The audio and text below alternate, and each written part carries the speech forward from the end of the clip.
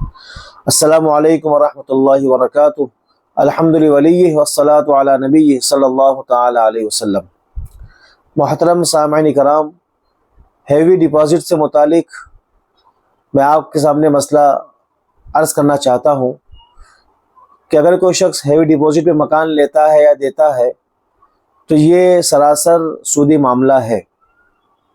اس لیے کہ اب ڈپازٹ بطور قرض کے دیا جاتا ہے۔ ایک زمانہ تھا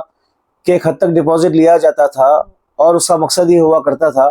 کہ کرایہ دار اگر مکان میں الیکٹرک بل چھوڑ کر چلا جائے، نہ بھرے یا اگر نقصان پہنچا جائے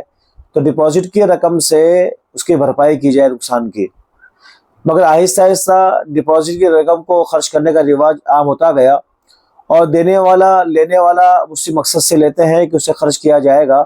تو گویا اب اس کی شکل قرض کی ہو گئی، رہن کی نہیں رہی، قرض کی ہو گئی۔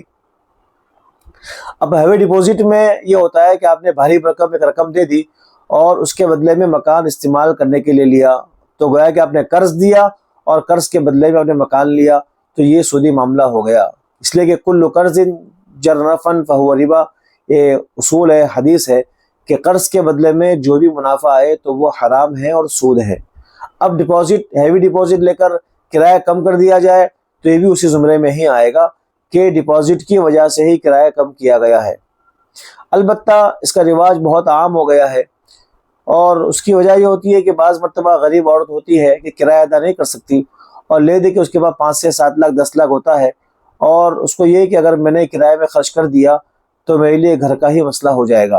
اور بعض مرتبہ یہ ہوتا ہے کہ ایک مکان مالک کو یا دکان مالک کو ایک موٹی رقم کی ضرورت ہوتی ہے، وہ دکان بیچ کے تو اس کو حاصل کرے گا نہیں، تو اسے ہیوی ڈپازٹ سے رقم مل جاتی ہے اور کرایہ دار کا کام بھی ہو جاتا ہے۔ تو دونوں طرف سے کچھ مجبوریاں ہیں، تو لوگ اس سے دھڑلے سے کر رہے ہیں اور کرتے ہیں، لہٰذا ایک جائز شکل نکالی گئی کہ آدمی اگر اس طرح کرے گا تو جائز ہو جائے گا۔ اور شکل یہ ہے کہ آپ اگر مکان لینے کے لیے جاتے ہیں ہیوی ڈپازٹ پر،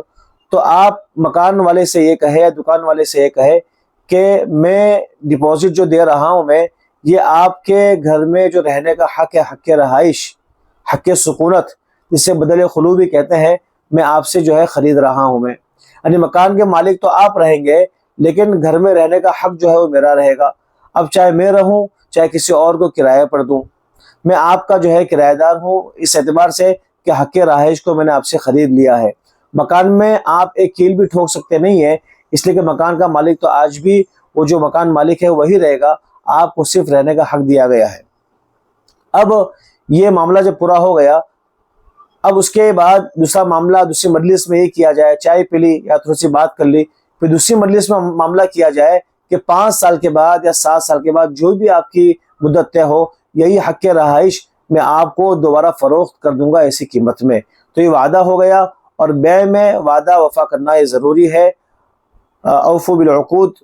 قرآن کریم کی آیت کے ذیل میں لکھا ہے فقہا نے کہ بیع میں وعدہ خلافی کرنا جائز نہیں ہے، اس کا نبھانا، اس کا پورا کرنا ضروری ہے۔ تو 5 سال کے بعد 6 سال کے بعد جو بھی معاہدہ ہو، یہ گھر دوبارہ مکان مالک کو دے دیا جائے اسی قیمت میں۔ گھر دینے کا مطلب یہ حق رہائش جو آپ نے خریدا تھا، یہ دوبارہ آپ نے اس کو دے دیا اسی رقم میں۔ اب آپ کے وعدہ کرنے کی وجہ سے یہ مکان آپ کسی اور کو فروخت، مکان میں رہنے کا حق کسی اور کو فروخت نہیں کر سکتے۔ البتہ یہ کر سکتے ہیں کہ آپ کرایہ پر کس کو دینا چاہے تو کرایہ پر دے سکتے ہیں۔ اب مجلس بدلنے کی وجہ سے بیع وفا بھی نہیں رہا۔ بیع وفا چونکہ مختلف ہی مسئلہ ہے،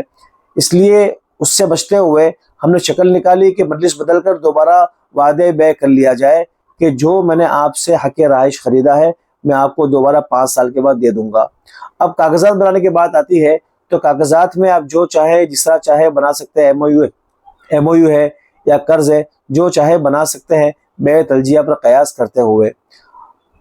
میں سمجھتا ہوں کہ اس مسئلے کو آپ لوگوں نے اچھی طرح سمجھ لیا ہوگا۔ اور کل جو میں نے مسئلے کی بات کی تھی، بل فروخت کرنے کا مسئلہ،